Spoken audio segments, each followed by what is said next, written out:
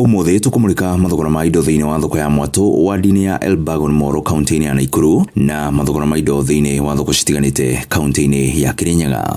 Thoko-ini ya Mwatu gitunguru kilo imwe kirendio ciringi 130, icungwa rimwe rikendio ciringi 15, omena kasuku cirendio ciringi 50, kabici imwe ikendio gatagati ga ciringi 10 na ciringi 20, marenge marendio gatagati ga ciringi 40 na ciringi 50, thorn melon ikendio gatagati ga ciringi 20 na ciringi 30, karati cirendio ciringi 100, thukuma na spinach kiohe kimwe cikendio ciringi 10.